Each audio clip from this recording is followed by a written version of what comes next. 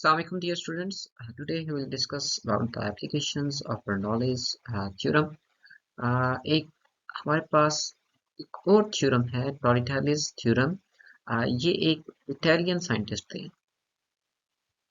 Italian scientist थे जिन्होंने हमें ये जो इक्वेशन है ड्राइव करके दी, ये जो थ्योरम उन्होंने हमें दिया जो कि आज हम ड्राइव करेंगे। अच्छा स्टूडेंट्स, इसमें है क्या? हम अच्छा जो मैं बर्नौली प्रिंसिपल है वो हम अप्लाई कब करते हैं?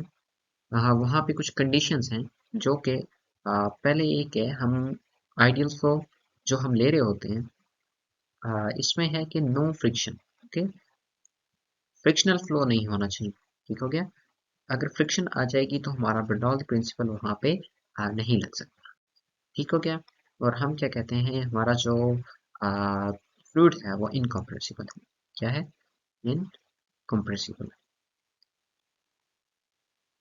अच्छा अच्छा स्टूडेंट्स, ये जो है कि अगर आपके पास एक टैंक है, ठीक है, और ये रेफरेंस मान लें आप, अगर ये आपका एक रेफरेंस है। ठीक हो गया?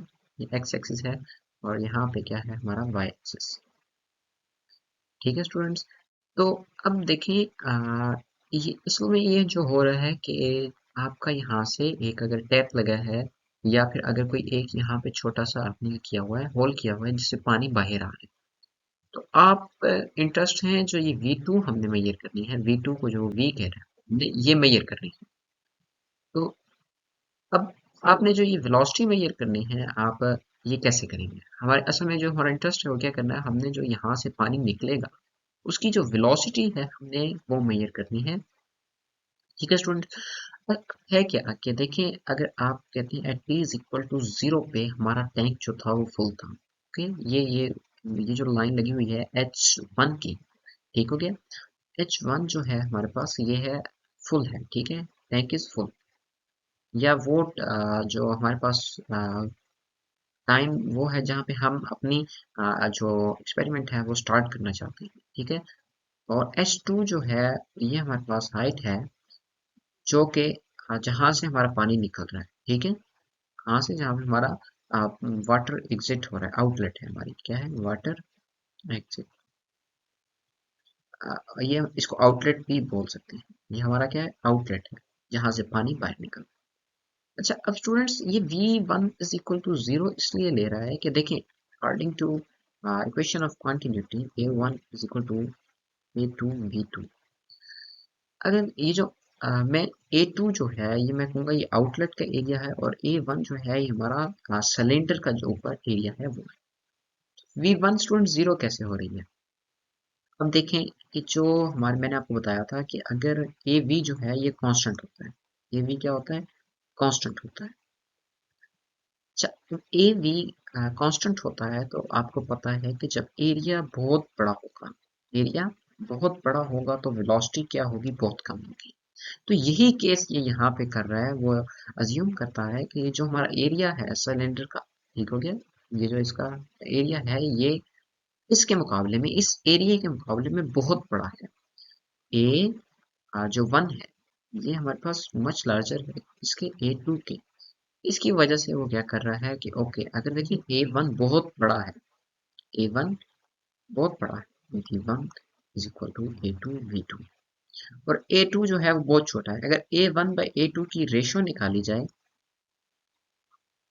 A2 A1 बाई A2 की रेशो निकाली जाए तो हमारे पास ये, अब देखें, यहाँ से देखेंगे कि A1 बाई A2 को अगर मैं V1 के साथ मल्टीप्लाई कर दूँ, किसके साथ? V1 के साथ मल्टीप्लाई कर दूँ, तो ये हमारे पास बहुत एक बड़ी वैल्यू आ रही है। ठीक है स्टूडेंट्स, तो इसका मतलब है कि V2 जो है ये हमारे पास एक C वैल्यू के साथ मल्टीप्लाई हो रही है V1। ठीक है, V1 एक बहुत छोटी वैल्यू थी, और हमारे पास जो V2 है, जो V2 है ये किसी ऐसी चीज के साथ मल्टीप्लाई हो रही है जो कि काफी ज्यादा बड़ी वैल्यू है। C की जो वैल्यू है, मीन A1 बाई A2 की जो वैल्यू है ये बहुत ज्यादा है, और V2 किसके बराबर है? मल्टीप्लाई V1 और एक ऐसा नंबर जो कि इसकी वैल्यू को इंक्रीज कर रहा है। तो इसलिए हम कहते हैं कि जो V1 है हमारे पास ये मच लेस देन है किसके? V2 के।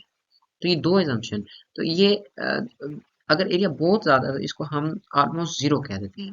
वैसे कोई ना कोई वेलोसिटी होती है, जिससे देखें ये आहिस्ता आहिस्ता नीचे आ रहा है, ठीक है। तो हमारे पास कोई ना कोई इसकी वेलोसिटी है, लेकिन ये बहुत कम है, एरिया बहुत ज्यादा है, जिसकी वजह से हमारे पास वेलोसिटी बहुत ज्यादा कम है। इसकी वजह से हम क्या कहते हैं कि ओके v1 को हम क्या करते हैं, जीरो अज्यूम करते हैं।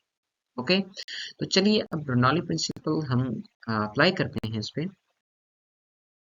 बर्नौली प्रिंसिपल हमें कहता था कि p1 plus half rho v1 square plus rho gh1 is equal to p2 plus half rho v2 square plus rho gh2। अच्छा स्टूडेंट्स, अब आपको एक चीज पता होनी चाहिए कि ये जो आउटलेट है, यहाँ पे हमारे पास प्रेशर कौन सा लग रहा है, एटमॉस्फेरिक प्रेशर। और यहाँ पे जो हमारे पास प्रेशर लग रहा है इनलेट पे, या जो हमारे पास सिलेंडर का है, यहाँ पे भी कौन सा लग रहा है, पी और यहाँ पे भी कौन सा लग रहा है, पी मीन पी से मैं एटमॉस्फेरिक प्रेशर ले रहा हूँ। तो P1 is equal to P2 is equal to P. तो अब मैं यूं लिख सकता हूँ P plus half rho V1 square plus rho GH1 is equal to P plus half rho V2 square plus rho GH2। अच्छा स्टूडेंट्स, आपको पता है इक्वालिटी के दोनों साइड पे ये बराबर चीजें हैं, तो ये क्या हो जाएंगे, कैंसिल हो जाएंगे। और स्टूडेंट हमने कहा था ये v1 बहुत कम है, और अगर उसको स्केयर लिया जाएगा, देखिए एक चीज है ऑलरेडी बहुत कम है, 0.001 है, और इसका अगर हम स्केयर ले लेंगे स्टूडेंट्स, ये और कम हो जाएगी, ये हमारे पास क्या हो जाएगी, और कम हो जाएगी। तो हम क्या कहते हैं कि इस चीज को भी हम क्या कहते हैं, जीरो। हमारे पास अब स्टूडेंट्स क्या आता है कि rho GH1 is equal to half rho V2 square plus rho GH2।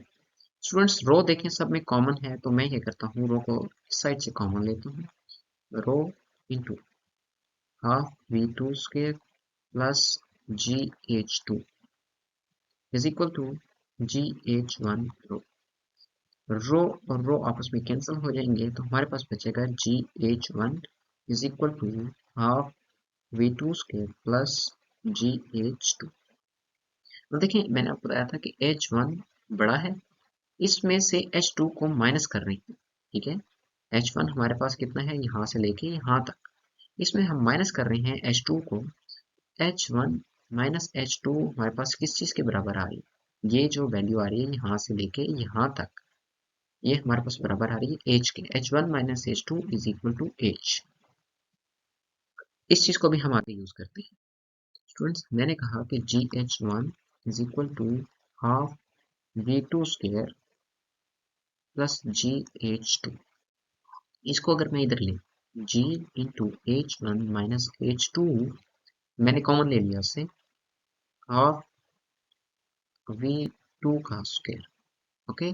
और V2 कौन सी है, ये वेलोसिटी है eight outlet, eight outlet small area की। तो V2 को मैं कहता हूँ कि ये मेरे पास V के बराबर है। तो जी H1 माइनस H2 मेरे पास किसके बराबर था, H के। और हाफ V2 को मैं कह देता हूँ ये हमारे पास V, हाफ V स्क्वायर। तो यहाँ से हमारे पास 2VH is equal to V square आ जाएगा। और अगर मैं दोनों साइड पे स्क्वायर रूट ले लूँ तो मेरे पास क्या आ जाएगा, V is equal to square root 2GH। तो ये था हमारे पास टॉयथेली थ्योरम, जो कि एक इटालियन साइंटिस्ट ने हमें दिया। अच्छा स्टूडेंट्स, अब आप देखें कि जो एक कंटेनर है, अगर उसके अंदर कोई वाटर, तो वो उसके कोई साइज पे डिपेंड नहीं कर रहा, वो सिंपल किस चीज़ पे डिपेंड कर रहा है, हाइट पे, ओके। उसके हमारे पास कोई एरिया पे डिपेंड नहीं कर रहा, हमारे पास जो डिपेंड कर रहा है वो किस चीज़ पे कर रहा है, सिंपल एक हाइट पे है। जितनी हाइट ज़्यादा होगी उतनी वेलोसिटी क्या होगी, ज़्यादा होगी।